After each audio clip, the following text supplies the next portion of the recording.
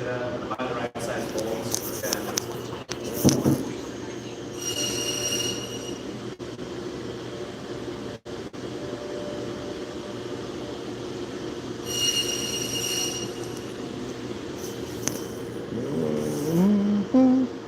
Oh, do, do. Oh, there, that's gonna be loud. Oh,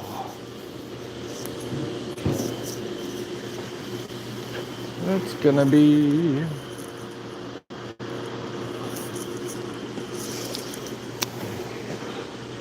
All right. Hello, person.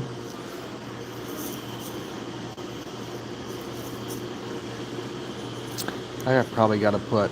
Oh, hi, Vanessa.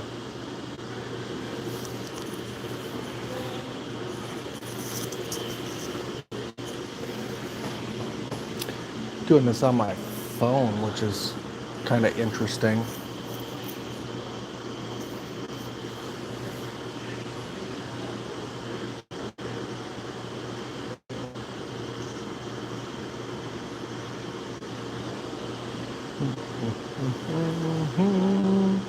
Hey there, what's going on?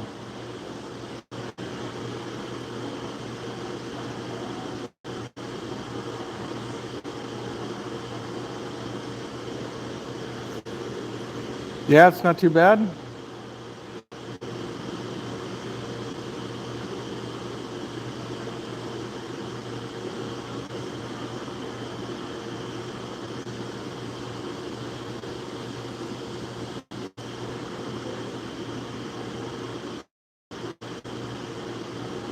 Hey, Steve. Good. I haven't done it on my phone, I think, before, except for maybe a long time ago, so.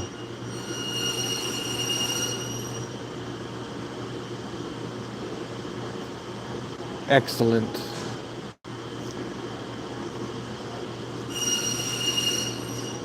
Kind of had about 20, 30 minutes of downtime right now while I was waiting for something at work, and thought I could hop on here.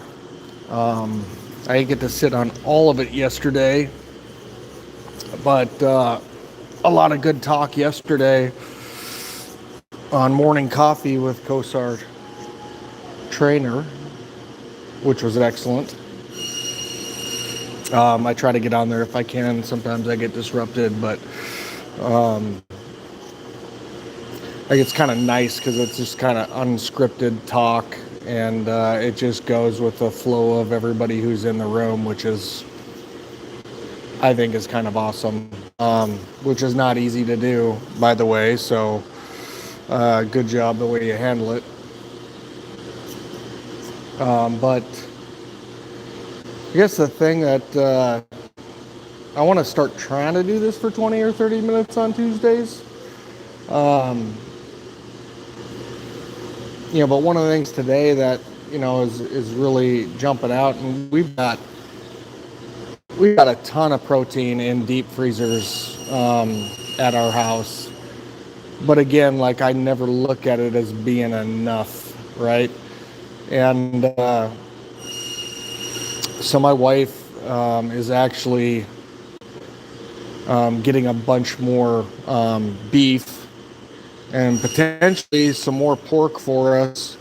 Because if you've paid attention to any of the news stories, there are plants that are getting shut down that are processing meat, and they're talking about the fact that there are farmers who are going to have animals that they have nowhere to go with, which is a bad thing. And there's a lot of pictures being put out right now on social media about farmers who have squash, zucchini, onions, piles of these things that they have to just dump as trash. And it's not mainstream, it's, side stream, but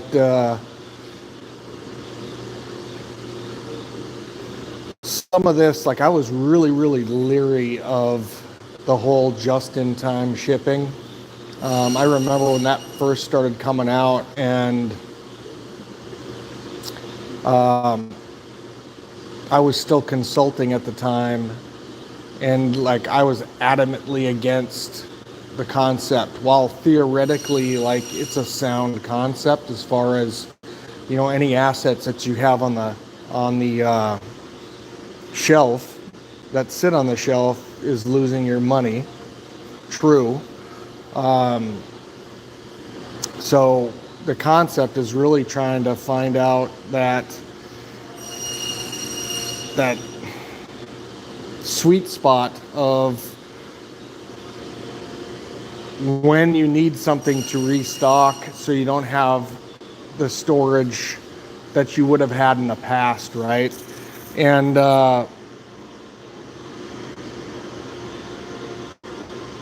Guns just commented on it. I should probably try to throw this chat up here so it sticks. There we go. Let me do that live. Yeah, and that's kind of the point, Vanessa, right? It's just in time until you don't have it to fill your shelves. And that kind of was what my worry was with the concept, was any disruption in your logistics, right? Any disruption in shipping, in rail, in air, any of those things that occurred could completely cause a ripple effect down that production line, down that, you know, logistic line, to the point where there's no catching up to it. You know, that was kind of the point of that video I did this weekend about like COVID and, you know, hey, right, wrong, indifferent, what you think of it, manufactured, you know, overblown by the media, real, like that, it really doesn't matter what you think about it, but like this is an opportunity for us to take a look at our preps and take a look at the things we're having to buy, and there's the difference between having to buy and buying, and so what I was trying to talk about was the things that you had to buy that you didn't realize that you didn't either have enough of, B, used more than you thought you did, or C, had nothing stored that you could go back to and pull out. So a lot of what I've done is, you know, if it's something that's been on our shopping list, I look back to my inventory of all our mid and long-term preps and our closet preps, or our pantry preps, and say, and basically say, all right, well, we can buy this on our shopping list because we use it. But if we didn't have it, I could pull this out of this bucket, or pull this out of this shelf, or pull these out of this container. So that was kind of the point of, you know, the point of the whole video, the conversation was, and it's not just about food, and it's not just about what you can grow or what you're storing. It's about anything that you might need. You know, is it 100 lighters? Is it, you know, 40 boxes of matches? Is it candles? There's a good point. Dry goods, right? You know, it's the other day we had made, Mrs. Squid had made some cookie mix. It was an organic cookie mix, and like they literally were terrible. And so, thank you. If you can't find the file, call me. But okay. I left the vector file pulled up, so you should be able to just go open Yep. it and see the file path. Okay. Awesome. Thank you. So. Anyway, what was I talking? Oh yeah, she made those cookies and they were awful, right? and just didn't like it. Like, I don't know, just didn't taste good. And so it's like, hey, can you just make cookies? Because they're going to be better. And she was complaining that I had to pull out the bucket of brown sugar that was underneath in the bottom of the pantry for her to be able to, get 3/4 of a cup or whatever it was of brown sugar. And, but we had this bucket of brown sugar underneath her. We have a bucket of white, granulated sugar. There's 25 boxes of kosher salt. There's, 2 buckets of flour underneath, and those are all just in our pantry. That's just our normal pantry that, gets replaced by midterm stuff, and long-term goes to mid, and et cetera, et cetera. So, but that was the whole thought. Like, it's like, what are you pulling, or what are you having to pull from outside that you don't have and you forgot, right? So, and I wanted people to start thinking about that.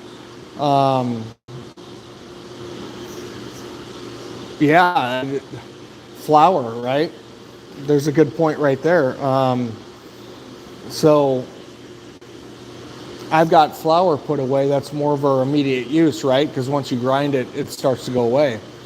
But I also have, a bunch of different grains that are in storage and grinders to go with them, so that I could grind, what I needed, so we would have flour. But then now go down the rabbit hole, right? You go down the rabbit hole, now you have grains, you have grinders, and you grind your own flour. Oils and fats are a great one, trying to keep up. But now it's about, all right, how do you separate the grains? And the whole baking process is completely different, and the product that you're going to get is going to be a lot different than what it is from the, all-purpose white flour that you get out of the store. And so if you haven't baked it before, if you haven't worked with it, if you haven't risen it or cooked with it, or it's going to be different. It's going to be denser. It's going to be, those are the kinds of things that, like, you can only realize when something like this happens, right? Going back to the oils and fats comment, which is a great one. We keep multiple bottles of olive oil, grapeseed oil, vegetable oil, in our pantry, along with like the cooking lard, as well. I asked, we didn't need it, but I told my wife, I said, hey, try throwing a couple of cans of Crisco on. And unavailable, gone, right?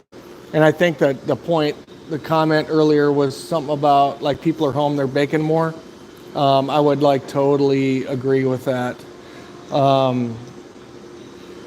The coconut, we've got that too. Palmetto, hi, how you doing? So, and then, some of the stuff which I don't want to get into personally, like, I've got places close to us that we source. So all of our eggs, we get goose, duck, and chicken eggs from somebody close to us. And, we've done trades with them. We've done purchases from them. Popcorn is amazing. Yeah. That would be a good one. So part of this too is like morale, right? I mean, one of the things I talk about is it's not just about surviving. It is about surviving, but like, I don't want to just survive. I want to thrive. Like, I want to feel good about what I'm eating. I mean, my wife's a chef, and we love eating good food, tasty food. And it doesn't mean it's like, expensive, like crazy good looking food. It's just good food, right? Good quality food. And so, that's one of the things for me. Yes, yes, Palmetto. Morale is extremely important. So, all right, I'm a side story. So I'm in SEER school. And for you folks who don't know what SEER school is, it's Survival, Evasion, Resistance, Escape. So basically it's, a period of time where you're learning survival skills and evasion skills. And then you get put into a POW camp, basically. And yeah, it's all about that. So, but one of the classes, as you come together as a group, they had a live rabbit, and they were going to make just a rabbit stew out of this rabbit, right? and they talk through the whole thing. So, they're talking through the whole cooking process, things you can use on the rabbit, everything else. And, they preface beforehand, they're like, and this is early 90s, which is hilarious to me that this was that long ago. But they preface to everybody like, all right, no screwing around, no joking, like we're taking a life here. So everybody needs to be really serious. And, and everybody was like pretty straight faced, and the guy grabs the rabbit and he's got it up by the hind legs, and he's got this stick, right? This, good stick. And he starts just like caressing the back of this rabbit. And this rabbit that was like freaking out in his hand starts to calm down and calm down and calm down. And whack, whack, whack. He hits it in the back of the head like 3 times. And, blood starts pouring down, and it's dead. And everybody's just kind of sitting there. Then they start working the pieces. They start working the pieces off the rabbit. Here's what you can use this for, just kind of like a butcher class almost. And the instructor gets to where he's got the head's cut off and there's a little bit of hair, and he's holding it like this with the face, right? And he's like, and what could you use this for? And no shit, this Marine goes, a puppet, right? And we all start laughing. And the instructor jumps his shit and is like yelling at him for screwing around and making jokes. And this guy, like dead serious Marine, is like, I'm not joking, like I'm serious, like for morale and stuff. It was just the absolute funniest thing, because I see this guy, I still to this day, almost 30 years later, I see this guy's face, and he's like dead serious, like morale, while you're surviving. So, anyway, we got caught off track. I've got like 5 more minutes or so. But no, morale is a huge thing. And it's a good point, because like I'll pack away and store a lot of like hard candies, right? Hard candies are great booster to morale, great for kids, great for everybody really. And they store really, really well. Yeah, so, that's another thing to think about as well. Or are you putting those things away too?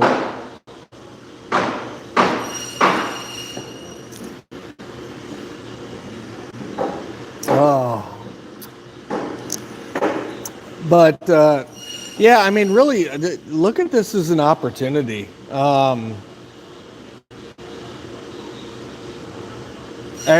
This is a huge, huge opportunity. All the things that you think you might have been doing right, are you really doing right? Like, this is unprecedented.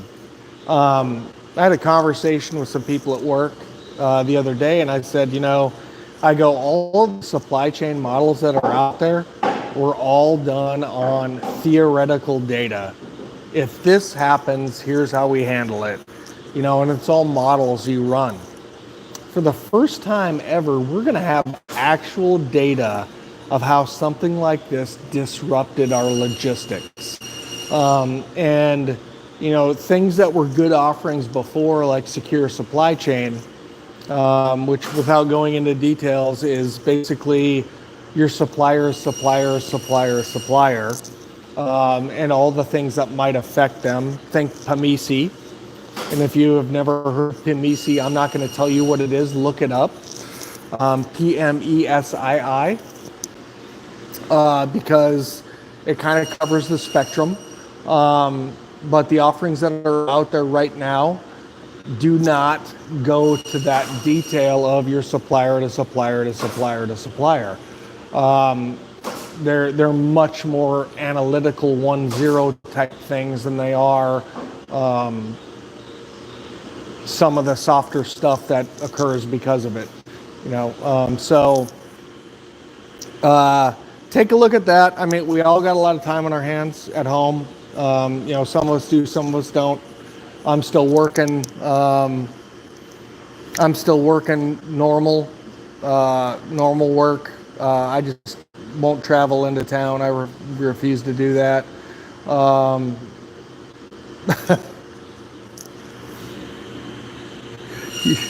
Supplier.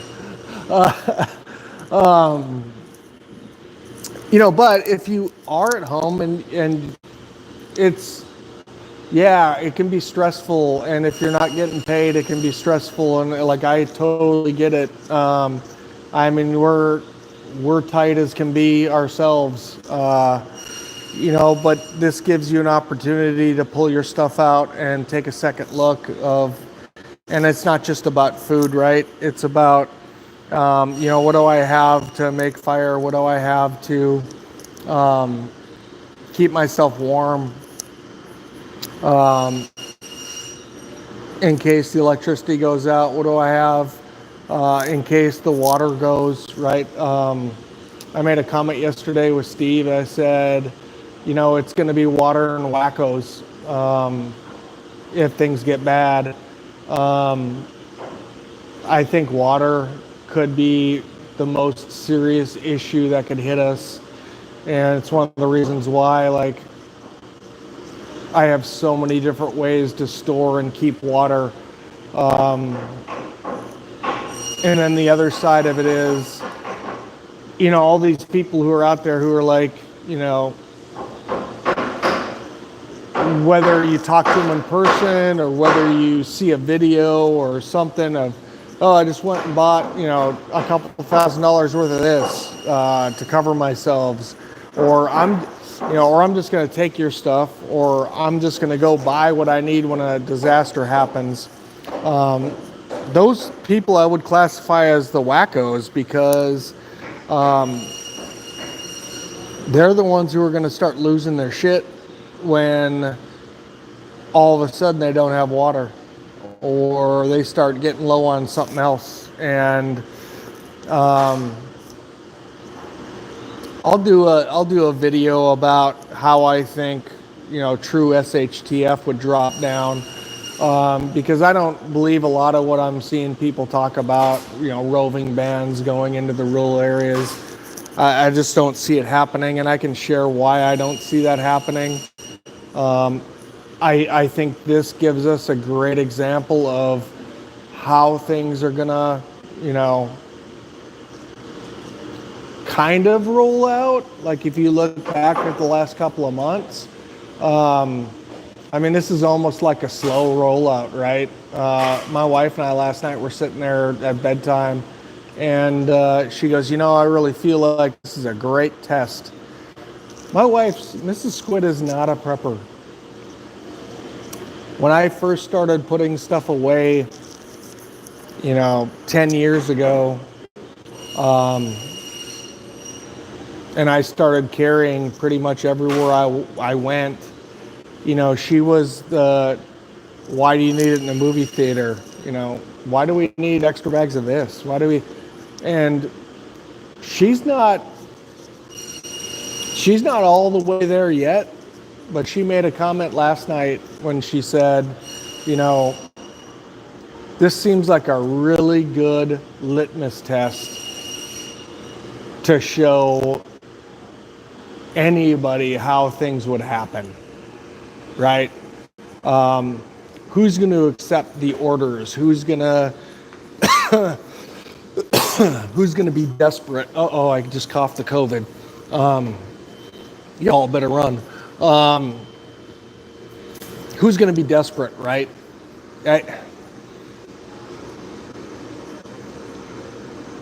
And it was a really good comment to me because, I mean, what do you do before you do a big op?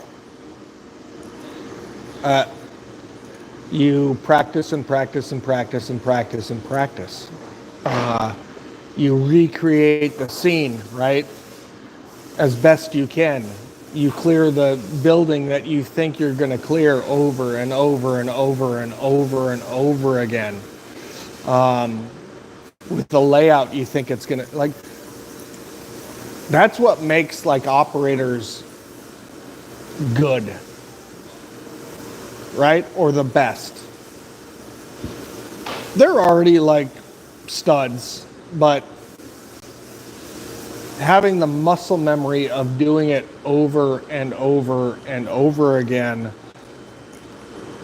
is what makes them excellent, because then when there's something unforeseen, your reaction is much better than it would be if you walk into something for the first time.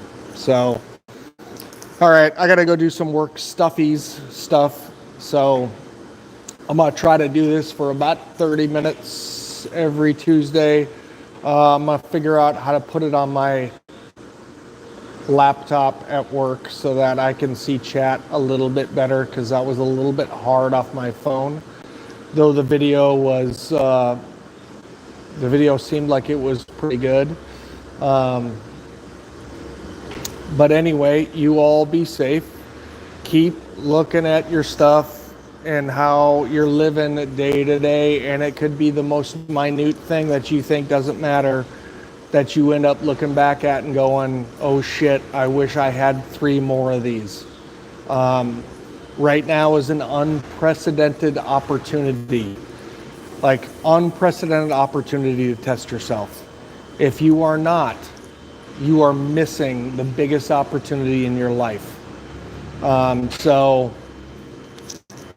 I'll try to jump back on Tuesdays like this, about this time. And so you guys take care and have a great rest of your week. And I'll see if I can't outline and game plan a SHTF, how I think stuff would go down. Because it's been something I've been thinking about for a while, and when I say a while, like literally years. Yeah,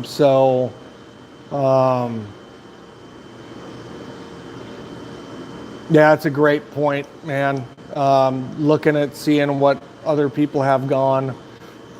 So, anywho, I gotta take off. You guys take care. I really am grateful to be able to talk with you guys, because it helps get a lot of things off my chest as well, and things that I'm thinking about. And we all need that in our lives. So take care and goodbye. As soon as I can figure out. Yes.